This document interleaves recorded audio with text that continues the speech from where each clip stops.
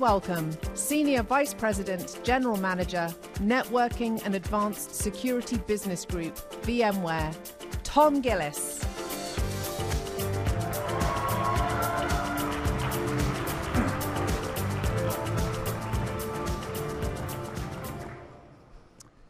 Hey, I'm Tom Gillis. I'm the General Manager for Networking and Advanced Security at VMware. And I gotta say, this is a first for me in my career. Usually I'm the opening act for a rap band, not the other way around. So, but I want to talk about what I think is a pretty significant shift in how we think about and deploy security systems. So I've been doing this for a while, and as long as I've been around, and I think many of the folks in the audience, we all tend to think about security systems, particularly our scanning security enforcement devices, as living in two places: at the perimeter and at the endpoint. So in really simple terms, you might think, I've got a next generation EDR solution on my endpoints, I've got a next generation firewall at my perimeter, so I'm good, right?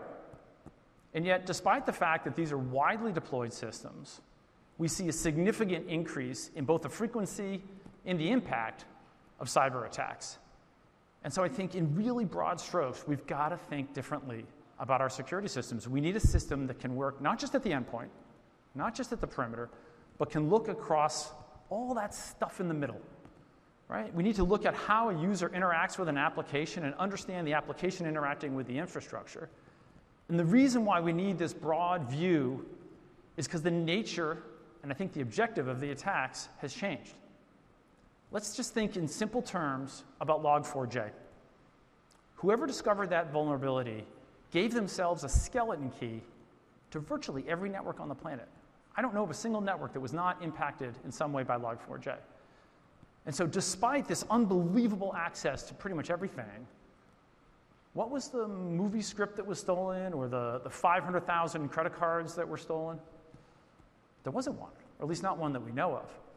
And so what we conclude from this is that the goal of an attacker is not just to get in, but it's to get in and stay in. So think about this in real terms. If someone were to break into your house and, let's say, steal your tax return or your laptop and run, like, that's a breach. That's a violation. Now imagine that someone were to break into your house and stay for 9 months, right? Moving room to room.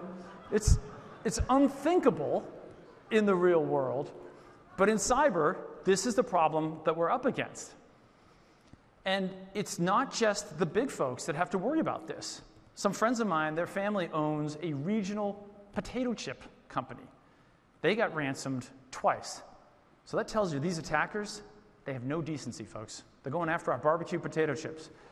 But it's the same tools and techniques that the attackers are using to disrupt the potato chip line could also be used to, say, disrupt the power grid. Or let's imagine that these attackers said, you know what? If you're going to remove us from the global financial system, what if we decided to erase every bank account in North America? And so this is not hyperbole anymore, unfortunately. And in a zero-trust model, we have to assume that the attackers are in. So the name of the game is, how do we make it hard for them to move laterally and stay in? And this is why I think lateral security is the new battleground. So what do we think about and define as lateral security? It really requires an end-to-end view in how a user interacts with the application. So we have to gather telemetry from the user himself, the device they're on, what's the posture of that device, the network that you traverse, the application, and this is important, the application can't be viewed as a monolith. We've got to look at the little piece parts, the services that make up the application, and how it interacts with the data.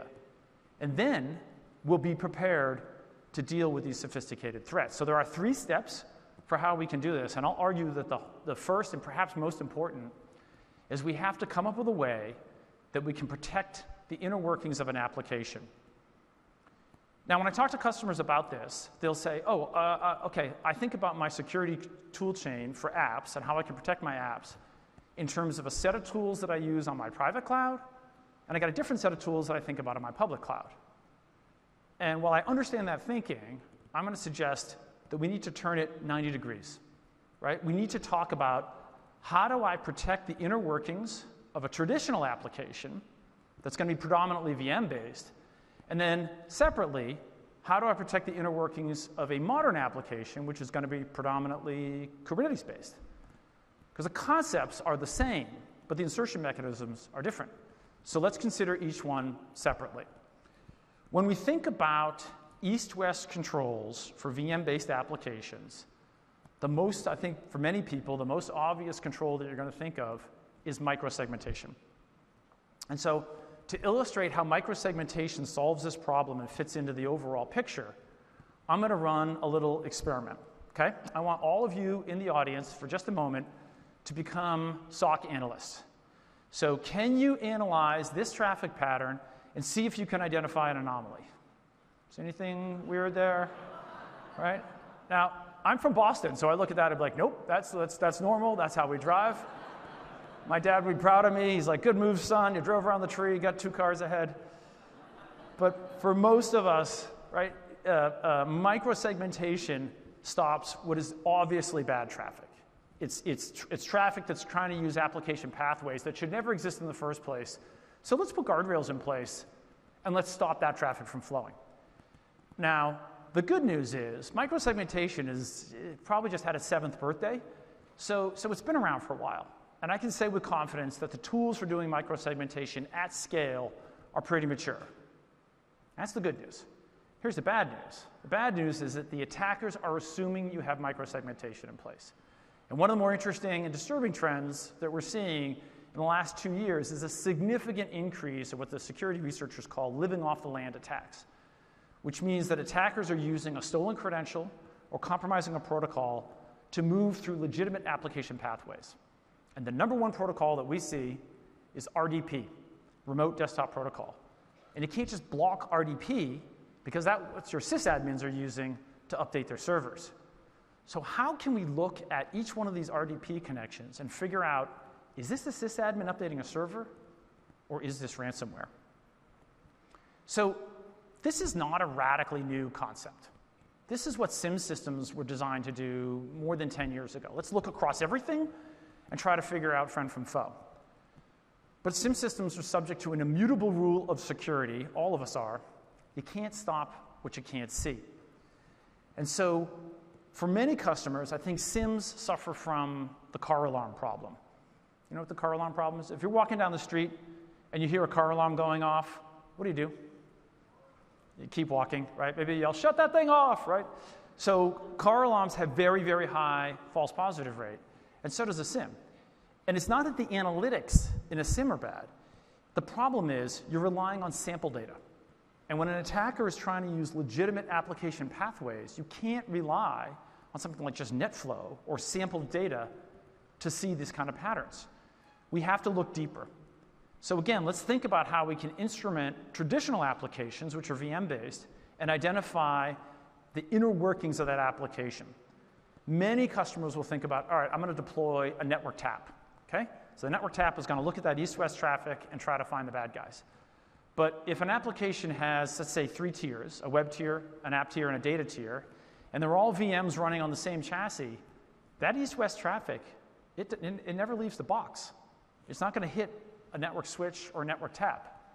And so it creates a blind spot.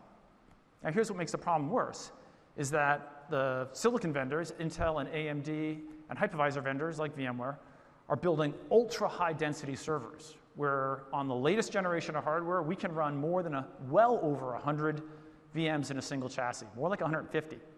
So imagine you got 100 VMs that are talking to each other, and that traffic never sees a switch. So when I was an engineer, one of my teachers used to stand up in the classroom and he says, never forget, Tom, GIGO. Does anyone know what GIGO stands for? Garbage in, garbage out.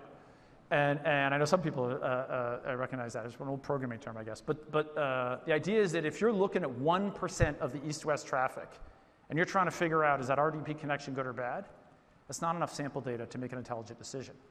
So we need to look at all of the traffic. And here's where the virtualization layer becomes the security professional's best friend. Because when you instrument the virtualization layer, you see every packet. In fact, you know what process, not just what application, which process initiated that. Even if it's encrypted, a hypervisor can peek up into the guest and say, well, it's an encrypted connection, but I'm going to look at the payload in the clear. So it's very high fidelity data that allows us to understand every connection and, more importantly, to understand the conversation in context and figure out, is this real or not? Now, same exact principle applies for modern apps, but the insertion mechanisms are different. Because in a modern app, you're not dealing with 3 tiers. You might be dealing with 300 microservices, or maybe even 3,000 microservices. Lots of tiny little chunks of code, and they're all talking to each other. And each one of these microservices has its own internal API. And so in order to protect that application from within, we need to understand those APIs. We need to see those APIs. Again, the good news is, just like the virtualization layer is a friend to VMs, there's a new technology called a service mesh, which is built on open standards, that allows us to see those inner workings. And so we can observe and measure the APIs, understand their schemas, and baseline them and say, this is what normal looks like. So if an attacker is in doing something that's highly anomalous, we can pick it up and detect it and protect those east-west APIs, which allows us to, again, see every connection and understand the conversation. So when I talk to customers about this, they'll be like, ooh, beautiful story, Tom. I love it. I want to do this. But where do I start? And this is actually the third and one of the most important points I wanted to deliver to this room. As every enterprise company is embracing the cloud operating model in a significant way, security has an opportunity to lead the conversation, not follow it, to lead the conversation and say, you know what? As we move into a world of cloud operating, we're not going to take the old tool set and try to graft it on. We're going to think differently about how we instrument our VMs and how we instrument our containers so that we can protect those applications from within.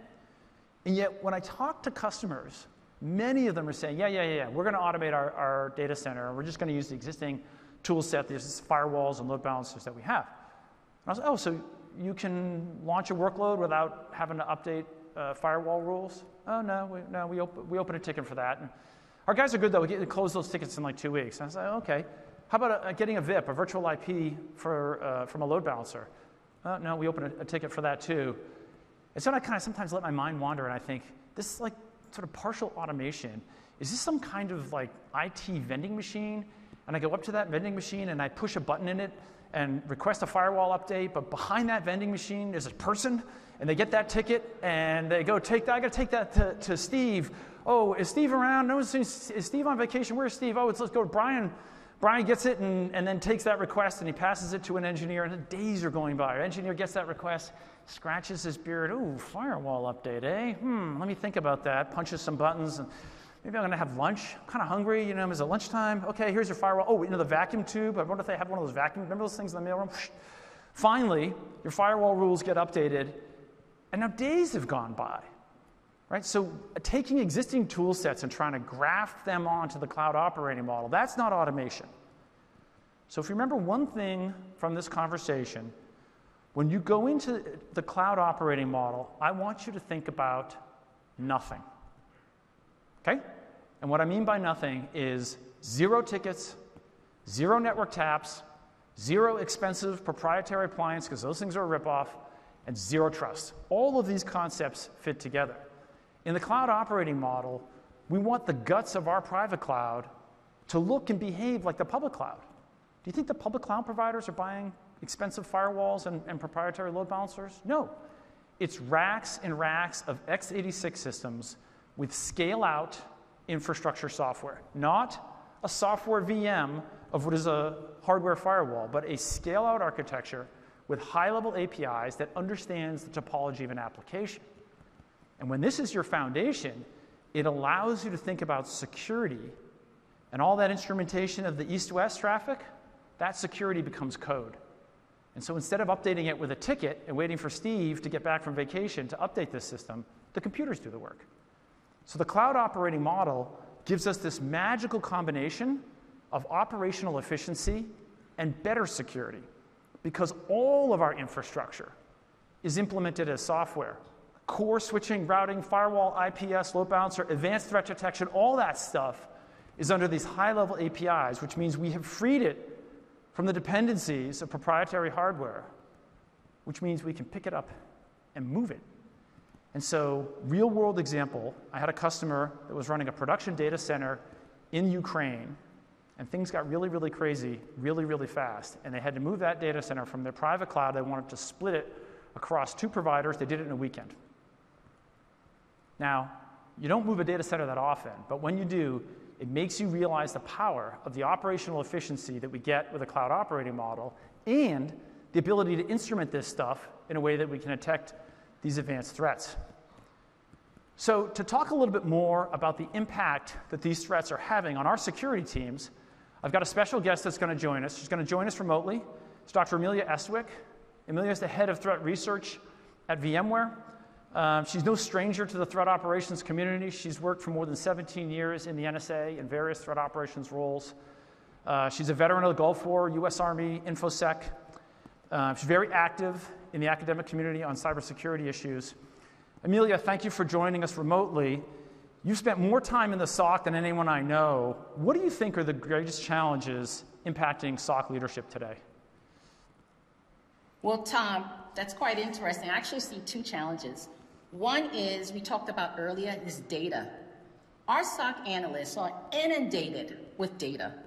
When I worked at NSA, I worked in the Network Threat Operations Center for 10 years. And our analysts were inundated with data back then, and that's unfortunately still the case today. So our adversaries know this, and they remain stealthy. They know that having that signal-to-noise ratio is so difficult to determine for our SOC analysts. So our SOC analysts also need the right tooling, integrated tooling, so they can then look at those alerts with high fidelity and able to not only correlate those results, but also with machine learning and analytics. This will help increase the fidelity so we can, again, evict those attackers out of our networks.